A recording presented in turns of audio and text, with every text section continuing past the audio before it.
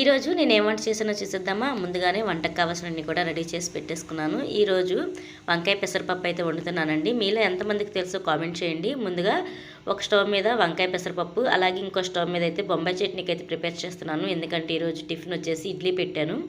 ఇంకా అందుకని బొంబాయి చట్నీ అయితే ప్రిపేర్ చేసుకుంటున్నాను.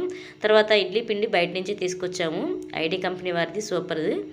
తర్వాత ఇప్పుడు ఇడ్లీ పిండి కూడా ఒక గిన్నెలోకి వేసి పెట్టుకున్నాను కదా. ఈలోపు నాకు బొంబాయి చట్నీ అయితే అయిపోయింది. ఇంక తీసి పక్కన పెట్టుకున్నాను. తర్వాత వంకాయలు కూడా మగ్గిపోయాయి. ఇంక అందులో పెసరపప్పు వేసుకొని వేయించుకొని తగినన్ని నీళ్ళు వేసి ఉడికించుకుంటున్నాను. ఇది ఉడికిన తర్వాత చింతపండు రసం వేసుకోవాలండి. చింతపండు రసం ముందే వేసుకుంటే పప్పు ఉడకడానికి చాలా టైం పడుతుంది. ఇంకా తర్వాత ఉప్పు, కారం, పసుపు అన్నీ వేసి తగిన నీళ్ళు వేసుకొని పప్పు అయితే దగ్గరికి అయ్యే వరకు ఉడికించుకోవాలి. ఈలోపు నాకు అన్నం అయితే అయిపోయింది. ఇంకా అన్నం కూడా తీసి పక్కన పెట్టేశాను. ఇంకా పిల్లల కోసం ఇడ్లీ పెట్టాను కదా, ఇడ్లీ కూడా అయిపోయింది. పిల్లలకైతే టిఫిన్ పెట్టేసి ఇచ్చేసాను. ఇంకా మా హస్బెండ్కి అలాగే పిల్లలకి బ్రేక్ లంచ్ కట్టేశాను. ఇంకా తర్వాత మజ్జిగ చేసి ఇచ్చాను. ఇంకా వాళ్ళు తాగేసి స్కూల్కి అయితే వెళ్ళిపోయారు. సాయంత్రం వచ్చేసరికి జున్ను చేద్దామని చెప్పేసి జున్ను అయితే ప్రిపేర్ చేస్తున్నాను.